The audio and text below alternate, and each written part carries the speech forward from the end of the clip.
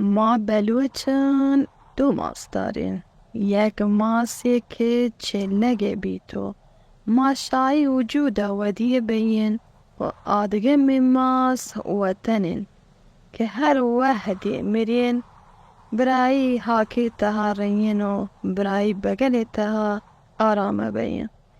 شه ودی بیگا تمر که وحده گو هر دکن ماسان ما زنده گوازینینو آوانی دوستارو کو مهرکنو کن به همیشند من چو عاشقانی دولا و دودا تی پهکین وطن چیزان و چاران و تی ملکی و حاکی دار و دره چنین دوستارو کن و به همی مهری واسطه و تی نامارا هشت گل بیبی مانی شین که پلانی بیبی و بانو.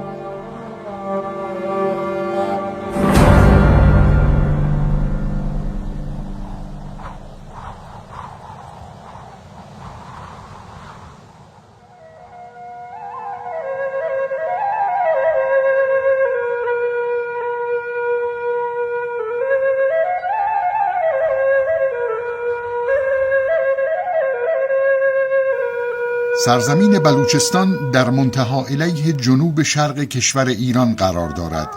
که از شمال به سیستان، از شرق به کشور پاکستان، از جنوب به دریای عمان یا همان مکران و از غرب به کرمان محدود است. نام بلوچستان در کتیبه های باستانی بیستون و تخت جمشید با واژه ماکا ثبت شده است. بلوچستان در عهد باستان جزء دولت کیانی به شمار می آمد و در دوران پادشاهی کیخسرو قسمتی از سپاه را این جنگجویان تشکیل می دادند. اینان مردانی دلیر و شجاع بودند که هرگز در میدان نبرد پشت به دشمن نمی کردند. در بلوچستان ناحیه‌ای وجود دارد که به آن سرحد می گویند که سلسله کوههای تفتان و 5 انگشت و مورپیش را در بر می گیرد. خاک این منطقه حاصلخیز است و آب و هوایی معتدل و کوهستانی دارد و بیشتر مردم آن به کشاورزی و دامداری مشغول هستند. در این منطقه در سال 1269 نوزاد دختری به دنیا آمد که او را گلبیبی نام نهادند. گلبیبی فرزند هیدل بلوچ بود که از افراد مؤمن و خیرخواه در منطقه سرحد به شمار می آمد. گلبیبی از همان خردسالی نشانه های هوش و استعداد زیادی را از خود نشان می داد. دختری نیرومند و چابک که در سوارکاری و تیراندازی مهارت زیادی به دست آورد و به عنوان دختری شجاع و جسور زبانزد منطقه سرحد بلوچستان شد. او همچنین علوم قرآنی و آداب و سنن کهن قوم بلوچ را از پدر آموخت که این آموزش ها در وسعت دید و اخلاق او تأثیر ویژه‌ای بر جای گذاشت.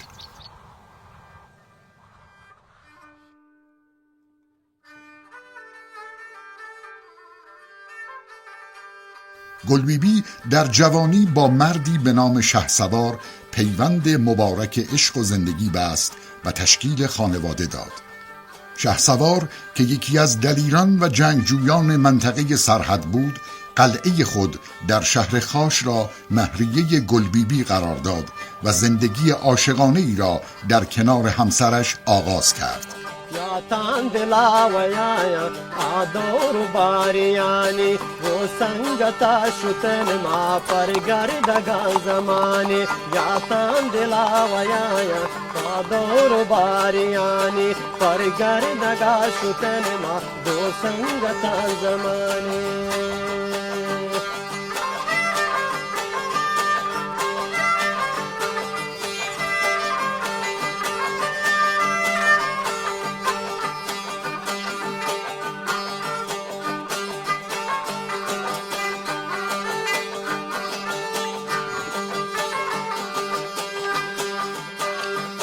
کوهانی تا منگردم پر میلا و شکارا کوهانی تا من گردم پر میل و شکارا بلبل بنا لگاوا گوا شکین توارا بلبل بنا لگاوا گوا شکین توارا یا تان دلا و یا آدور باریانی پر گردگا شتن ما گو سنگتا زمانی بلوچین راج مهراب باز باور داد.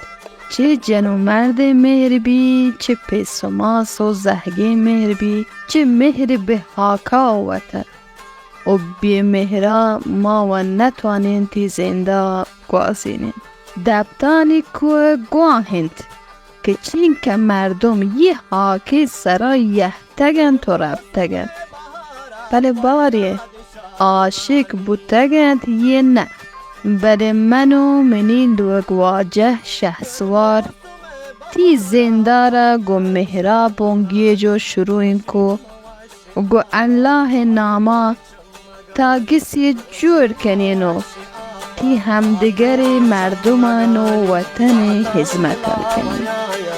آدور باریانی پرگردگا شتن ما گو سنگتا زمانی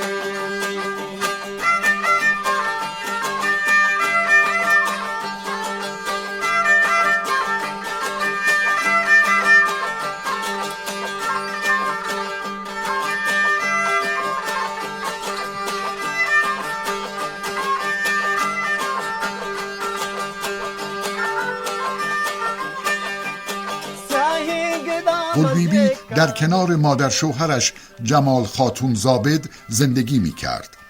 جمال خاتون خود از شیرزنان بزرگ و استاد طبابت و مشاور جنگجویان بلوچ در منطقه خاش و سرحد بلوچستان به شمار می رفت. به واسطه توانایی جمال خاتون در طبابت به علوم طب و گیاهان دارویی علاقمند شد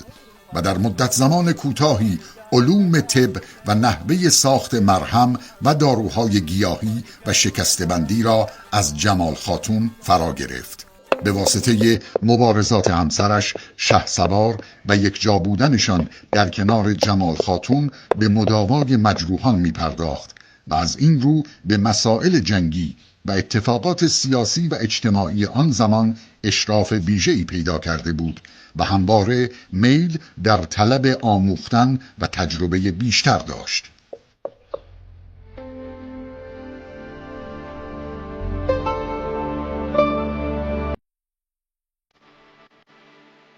گلبیبی ماس جیاندهانی گوهاره در جیاندهانی مواجه می پیر که گوهاره. گلبیبی یک آدم خیرخواه راستگوی جایی که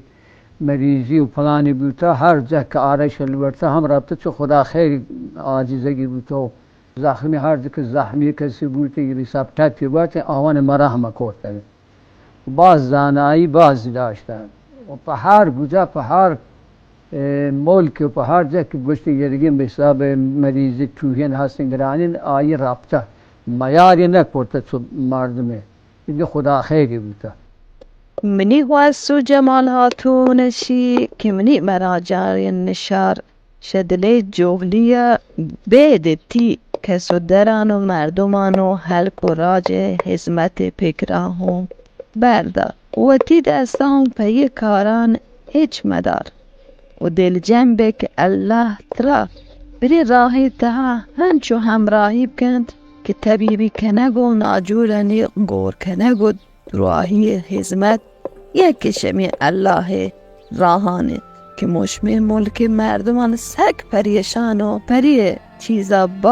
باز احتاجن و این یکی کاری فهمی خاطر من تیواسوی حدا جمال هاتونیه همایی دسته چیرا بلوچین طبیبی و حکیمی و تمام چیزانی بلدیه را پداگیب و طبیبی را بونگی جو شروع کو.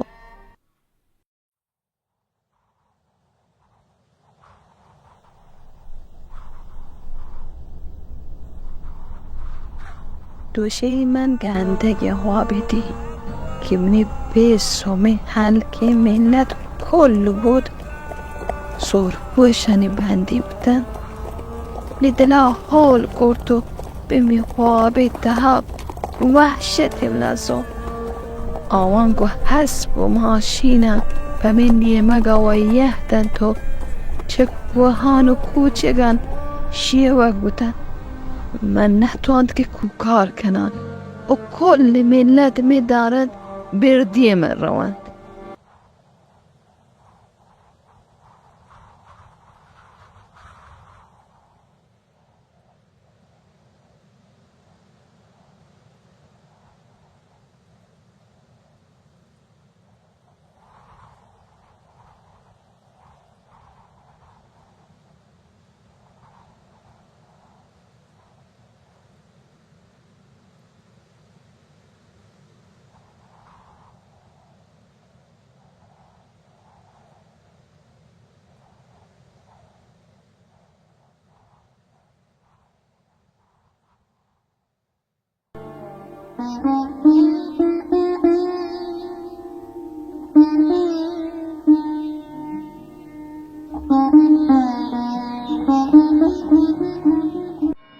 با آغاز قرن 17 میلادی و همزمان با تأسیس کمپانی هند شرقی و گسترش نفوذ استعمارگران،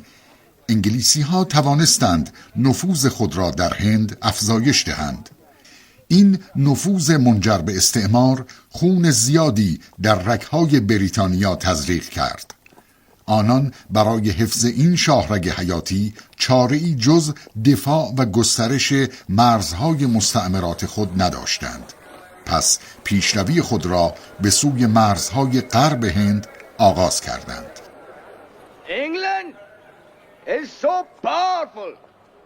Its army. حدود سالهای 1916 میلادی دولت انگلیس برای گسترش مرزهای هند و نیز مقابله با گسترش رقیب خود یعنی کشور آلمان و در پی شنیدن خبر نفوذ آنان در ایران و ناحیه بلوچستان مأمورانی را به این ناحیه اعزام می کند. فرماندهی این افراد را یکی از جنایتکارترین نظامیان انگلیسی با نام ژنرال دایر ملقب به قصاب آرمیتسار عهدهدار است که به عنوان مأمور ویژه منطقه سرحد بلوچستان منصوب شده.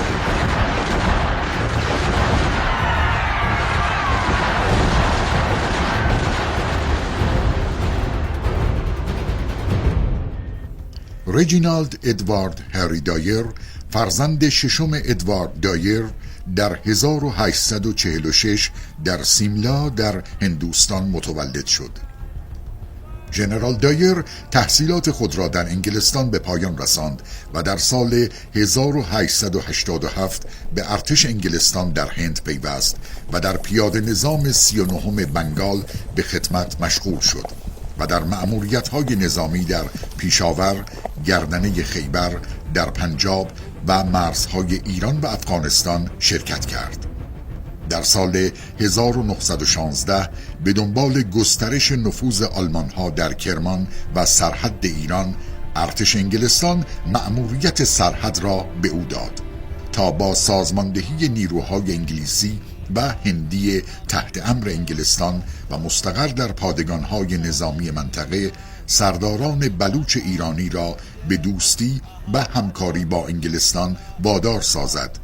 دایر با بهانه همکاری بلوچ‌ها با آلمان و نیز به بهانه برقراری خط آهن مأموریت خود در بلوچستان را آغاز کرد و در بیشتر این سالها جنگ بین مردمان بلوچ، آن هم با دستان خالی و قدرتی نظامی به نام ارتش انگلیس در جریان بود.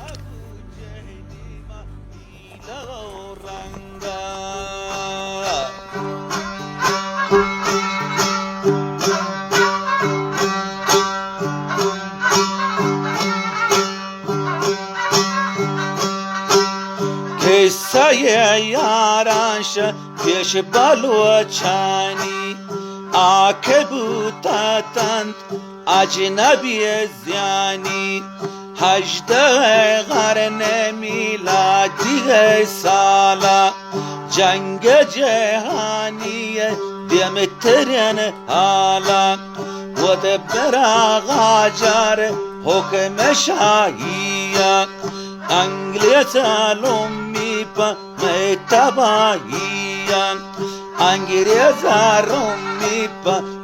متباهیان دائر شا لندن لشکر هندان بلوچستان سر بندان. Looking at the map, I realized the location and boundaries of the border, which itself means border, that it extends from Jork Saravan in the east to Galukan in the west, the eastern part of which is under the command of its prominent leader from the Gamshad Zehi clan, namely Khalil Khan, and the central part is in the hands of their Isya Mohammed Zehi and Sada Jahan Khan's clan, who has been the leader of Kash and Sarhad region for many years, and other clans obey him. They do not know fear and are very loyal to some moral principles and standards.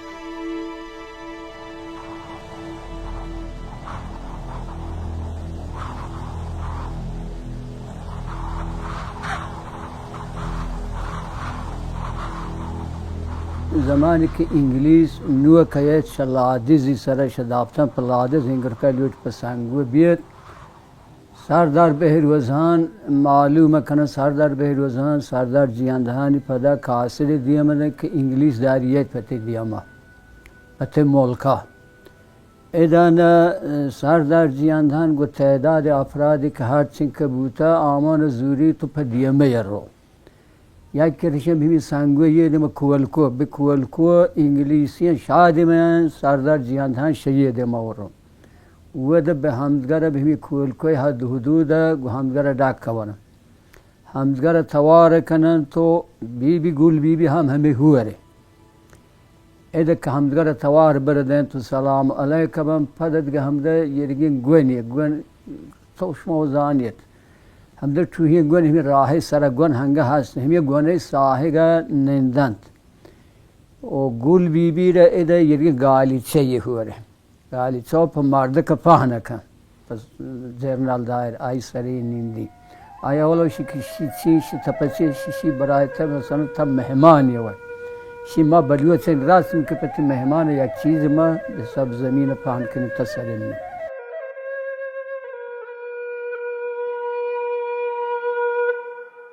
Para pracharta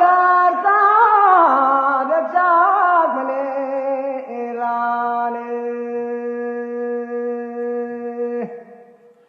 Izadama borta medle jane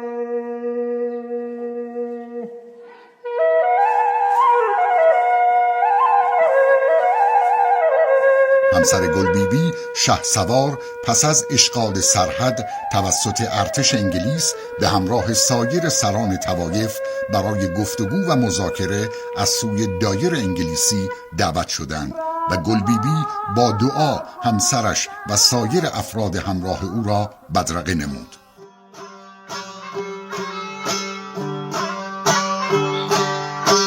شهسوار شورک دکار نیلا سرکو کنگی خاص پتی میلا بی گل بی شه دلی نسلا دکتری هستد بوده برا اپاسلا مدتی بعد که دائر بوده داری دید هنچو به جوشند پا میری جگند گاری دید موخ پرا حال داد به دائر پنهانی درودی سنگانی سوچ جگند خانی میری جگند نشتاگو شهدار خان شورا اجنبی احتا درودی دورا چست بنور محمد زابدی مردوار سنگدا انهندید گو میری جیگند سردار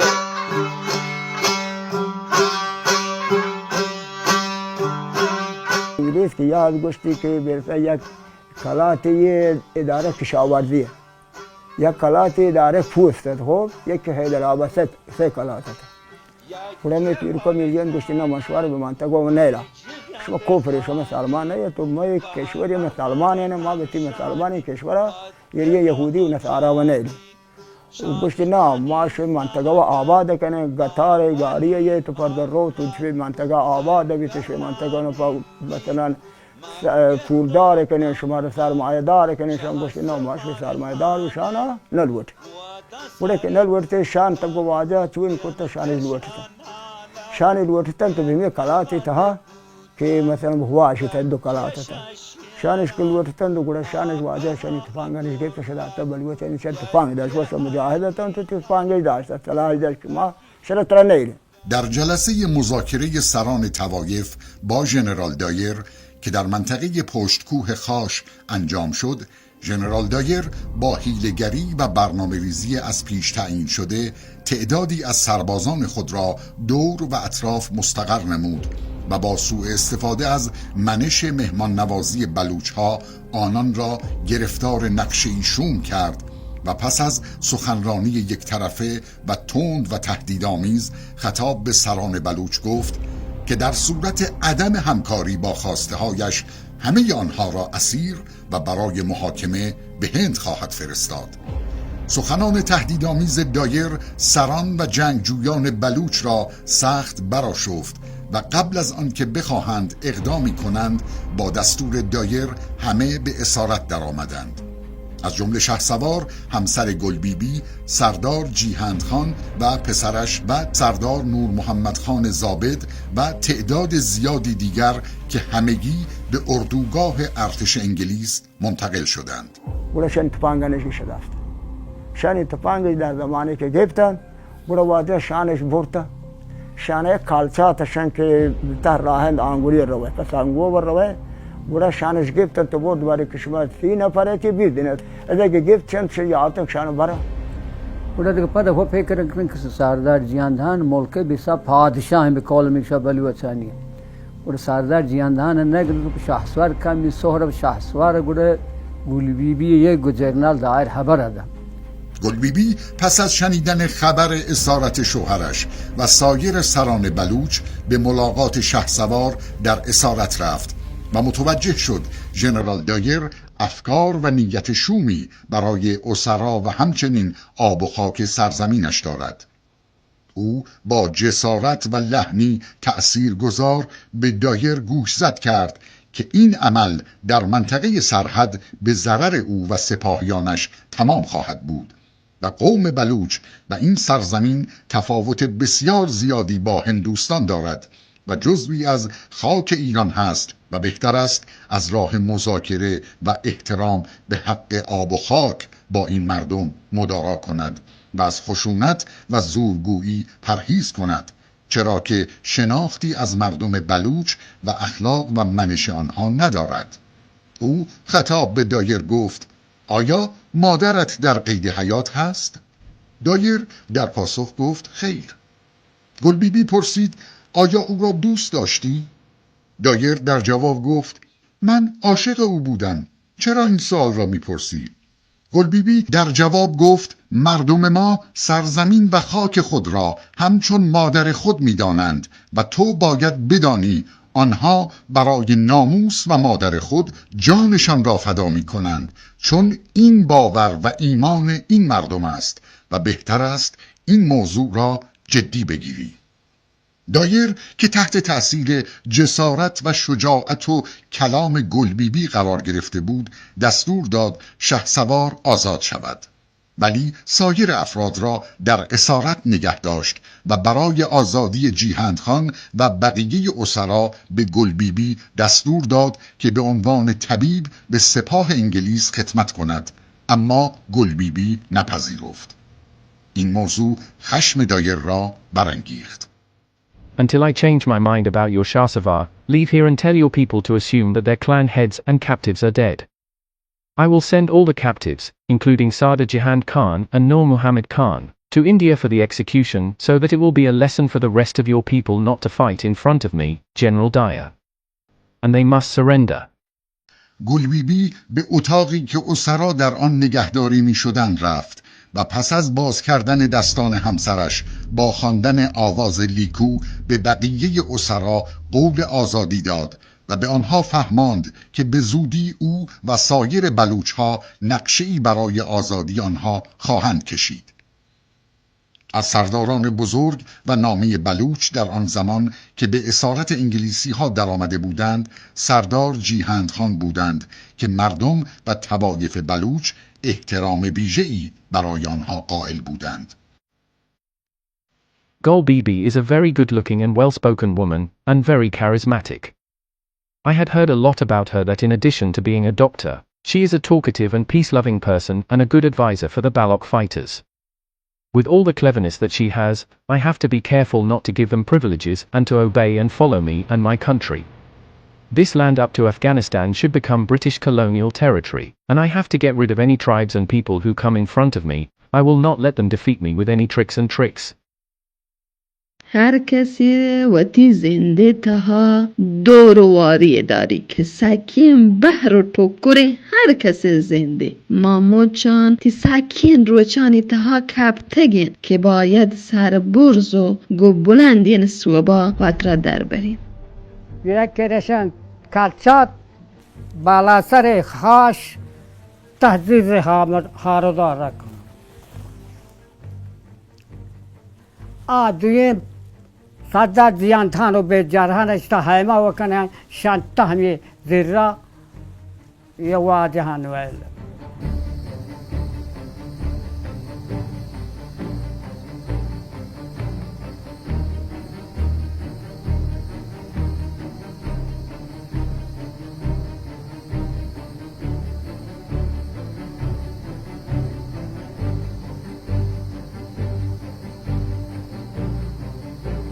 While I was waiting for the orders from the Indian government to hand over the border prisoners, I was thinking about Gul Bibi's warnings. After 2 weeks, the answer came that 300 people from India were sent from India to take the prisoners. While I expected to face the attack of Ya Mohammed Zahi on the way, but I was happy that their elders, Jihand and Nur Mohammed, were captured by me. And no one dares to attack our 300-strong army. که میشو مشوره کنن مشوارش گه مشوار ویلا نکنه بالاخره شید دستور سردار میرجان دستور که شما می 20 نفرید شما حاجه که 6 سنگان 2 سنگان به شلوار باند جنی به شلوار باند جنیت که منشان یک نفری دوردارش طایفه مثلا محمد علی ای نام زبردستن گشتی که منشان که بالفاظ شفی ساعت یک افتاوگی مسین آهنی وقت اون سردار میرجان هم گفت که من یه افتاوگه دوران مثلا گاٹ یا کمی پدایه من جناب افتاوگه گاٹا که کاٹ نگاهوان کفی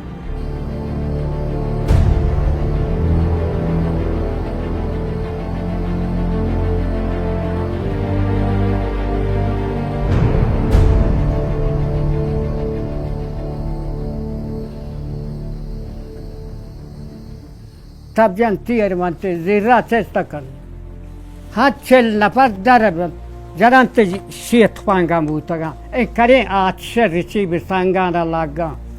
شانک در زمانه دیر را چستا کنن یه بلوچ پاک پراره کنه شتا دیر وقت سردار جیان گتی سه دهگا مانی تو یک نفری دیگه 4 نفر تحدیر را مانی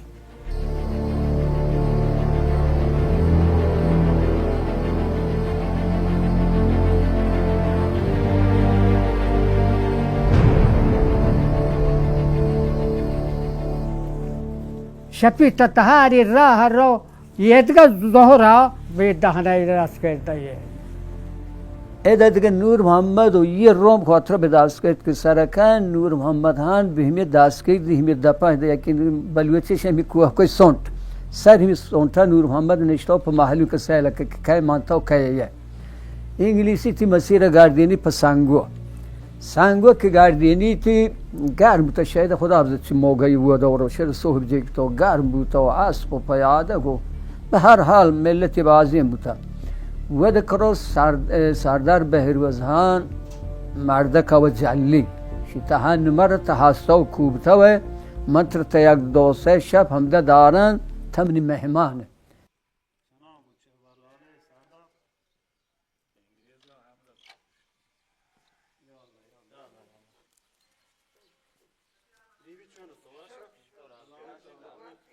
گلبیبی بلافاصله جلسات مخفیانه‌ای با همراهی همسرش و نور محمد خان که از دست انگلیسی ها فرار کرده بود ترتیب داد تا راهی برای نجات جیهند خان و سایر اسرا پیدا کند. پهکین می هست و نیست می ماسند و اگر بندگی به می ملک تها پادا بیلی به می ناموس سبکن گمودی کرده. هنو منگال و دارگ وحد نهین تو ما جنگی کتر و زرهانا جانب کنین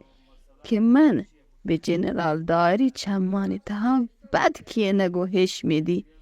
و توهین تمهیه برای چمانی تهاوت.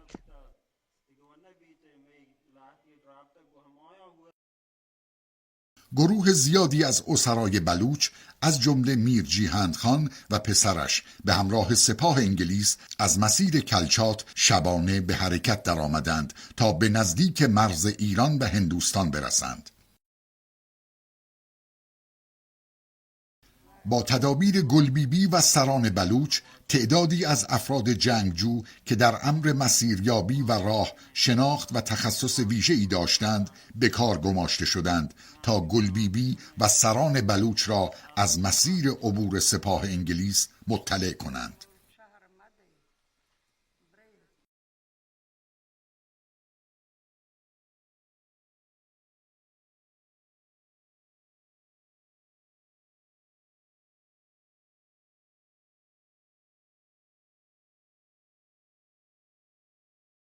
گوڑا یک شوانگین به نام گوتی پسانه به سانگوی آفی سر نزدیک بیه دیمن شی که میرجان دستان یه چاله داری یه چاله و شیدن به ما بنده خدا و حال بری دهانه دست کردن سانگان و یه دهانه دست کردن دوری منطقه شی شمو حرکت شراب برای به نور محمد دعوت ده لالهان شی شهلی برن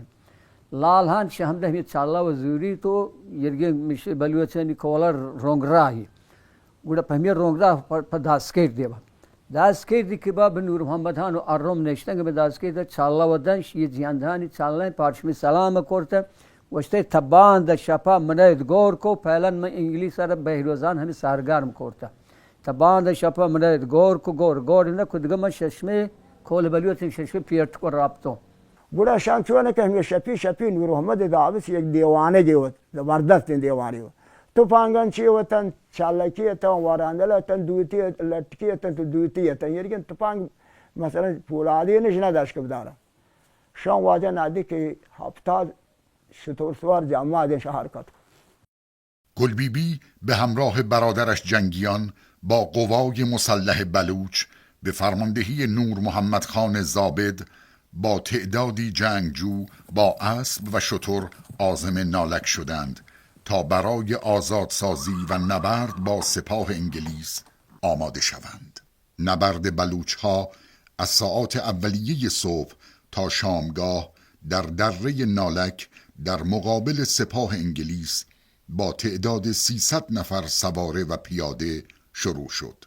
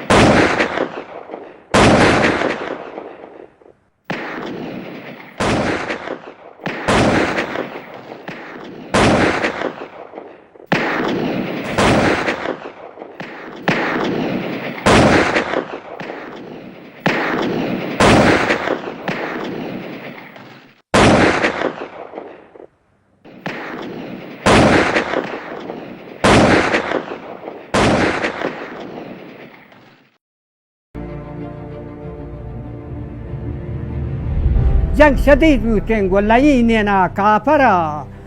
نور محمد هان دانتان درشت و مستین لیدوا شاه سوار هان شیری سردار مهاجی هو بیار نالکا بندی شیر مرد جنگ بو هوار نور محمد هانیس نبتا سنگرا دوستان دا توار بلندان لینا واسه تیرکار جنگی ها هیدل بو شهید براسان ظاهرا منگه و شیر محمد ننده هم کمان تیر و بلندان بتی میچو کیتا میرگولی شیران بیر کو راست و برابرا میر جیاندان به جران جوش لشکرا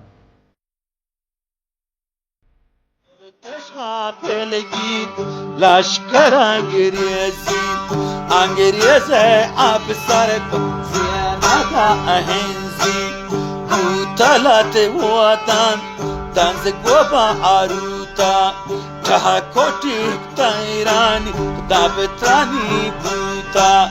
چه کوٹی تیران دابتانی دوتا کشته بود بلند خانگو سیاستین سوارا باکیان انگریزی چستد بو اوارا حالا ریش سرکوب حالا را سرکوب غل اوا دائر نالک یک رومی ناگه بود جیرنا دایر گوت یک لشکر همی بخواش کلات هایی پدا 5 دانه اسب سوار یه 6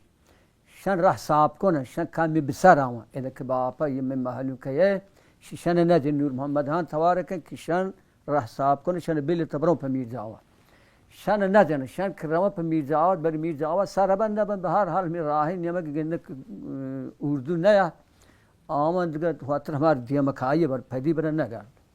آمان رو میرزا آوان میرزا آوان دیگه تار تلیفونی بوده یه بحساب یا کسی رج دیمه داتا این جرنال دار ادبتی سر بحثه که من محلو چت شدازده محلو کشگ بود فدان دیگه فکر کنه جرنال دار دیگه شهنده هیلی ترو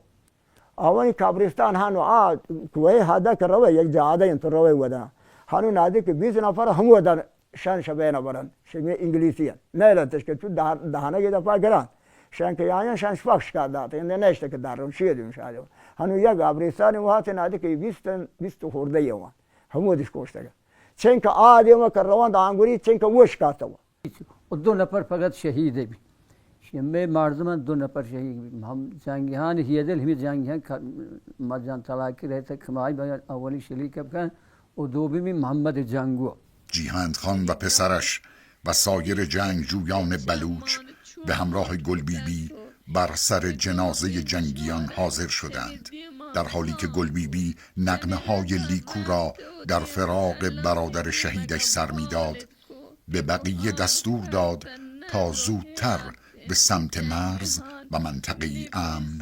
پناه بگیرند. شانگشی حکومت کنن روان تا داروشان پاک بلوچستان شروع مثلا تا 4 سال ما به ما طرف پاکستان و ایران حاکی تا یک نیز پاکستانی تا یکی ایرانی تا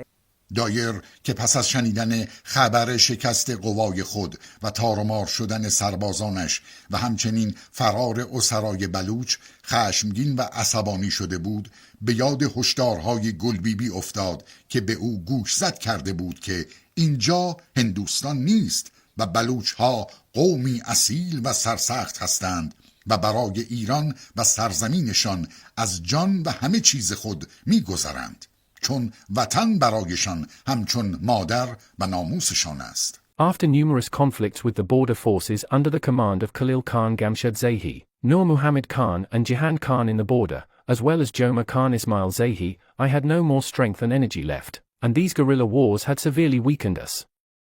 On the other hand, the hot weather of Balochistan and the lack of provisions had worried and tired me and the army, and according to the suggestion of the medical officer, I had to go back to India to take a long rest.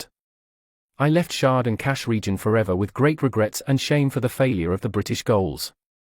دایر بعد از این شکست به همراه اندک سپاه خود تصمیم گرفت بلوچستان را ترک کند و به بهانه بیماری و خستگی و گرما به هندوستان بازگشت. وی خاطرات خود در مواجهه با مردم بلوچ سرحد را در کتابی به نام مهاجمان سرحد به چاپ رساند.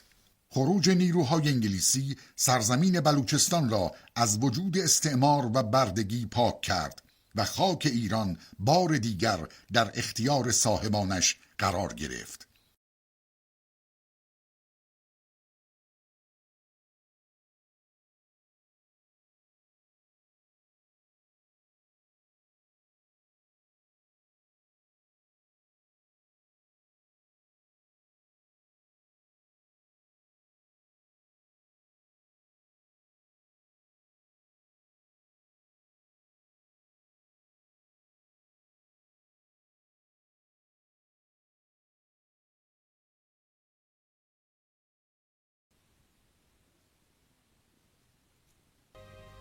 سردار جیانتان رضا شاه هنر و حدیث گرفته و آره برد تا مشهد. بعد به جارهان آزاد بودتا و یاتا و سردار جیان مانتا. اما متاسفانه در دوران رضاشاه جیهان و پسرش که در منطقه مرزی ماشکید پناه گرفته بودند با حیله و دادن اماننامه به وطن باز می‌گردند و سپس به بهانه یاغیگری و تمرد به اسارت در می‌آیند و به زندان مشهد منتقل می‌شوند که متاسفانه پس از سالها رنج و شکنجه جیهان خان در زندان مشهد به شهادت می‌رسد و فرزندش در اواخر دوره رضاخان و اوایل دوره محمد رضا شاه آزاد و به آغوش سرزمینش بلوچستان باز می‌گردد و مورد استقبال مردم بلوچ و گلبیبی قرار می‌گیرد. یه که یه داستانی وقتی که شان تناب واستگان شن چوتا یه چانگولی رکھا شن واستگان تو کاج بودتگان تو دیگه مال و دنیا رابطه شده است، براتان رابطگان شده است، زندگی رابطه شده است. در عالمی بلوچستان و آبی هران که ما بتی ها کو ندیم کشور دیگر و خاطر می آبها کا وقتش به پشتین داد و رابطگان. در این زمان که گلبیبی شیرزنی پیر و مسن شده است، برای مذاکره و توجیه حکومت پهلوی از رشادت قوم خود به نزد تیمسار البرز نماینده نظامی منطقه در تیپ ارتش خاش می رود تا به او بفهماند آنان برای دفاع از آب و خاک ایران در مقابل انگلیسی ها چه فداکاری هایی از خود نشان داده اند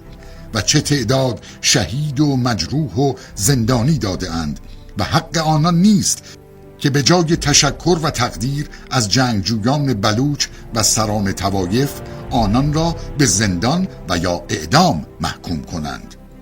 او به تیمسار البرز پیشنهاد می کند که برای تأمین امنیت منطقه و مرزها مردان جنگجوی بلوچ و جوانان را به استخدام ارتش درآورد و درخواست می کند که هرچه زودتر از طریق سپاه دانش مدارسی برای سوادآموزی فرزندان این منطقه و نسل آینده احداث شود.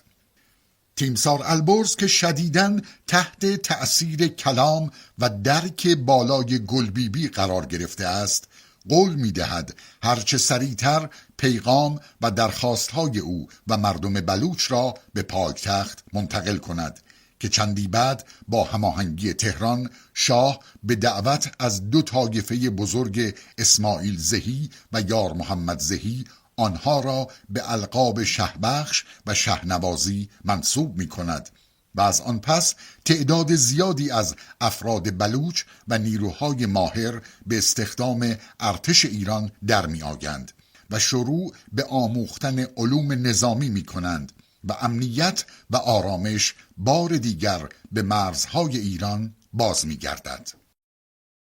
وقتی آبها این انسان ملکیت، این انسان ناموس، آبها که سر باید انسان خاطر هم پکوش ده هم مشکلی نه. الله پاک هم مشمی بنیادش همی حاکا جور کرده. حضرت آدم علیه السلام حاکا جور کرده. یو سبت پر ما افتخار داتک که سریان پیران و دنگ و کمین توپک و تیران چوک فردوسی لکه شاهنامه می بلوچان داشت هنچه برنامه یه نبرد تاریخ داشته بود جاور آبگا مردان هیچ نبود باور آبگا مردان هیچ نبود باور که ثبوت پایان پیش بلوچانی و آدم به تاریخ یا که سری ایمانی. گلبیبی در سالهای پایانی عمر خود در منطقه کلچات به طبابت ادامه می دهد و همواره مورد احترام مردم خویش است و علاوه بر درمان بیماران و مجروحان در منطقه سرحد در امر گفتگو و مشاوره برای برقراری صلح بین طوایف مختلف منطقه اقدام می کند. گلبیبی بلوچ فرزند هیدل در 80 سالگی دار فانی را وداع می گوید و پیکر او در همان منطقه و در کنار مقبره پدر و برادر شهیدش به خاک سپرده می شود. هنگت و تی پیسته پنتانی پدا و تی ملکا و چاران که منی هاک هم و بحر و مرا و مارا چاری سانو که ما برای حد و حبیلی و اشتاتینو شای پاسوانی کرده و همه پیس و پیرو کانی عهد و بند و پیمان سرا و اشتاتین و هنگت فهم محمود چند یه ملکی راج و ملت تی مهر پاس و حاطر سک داری.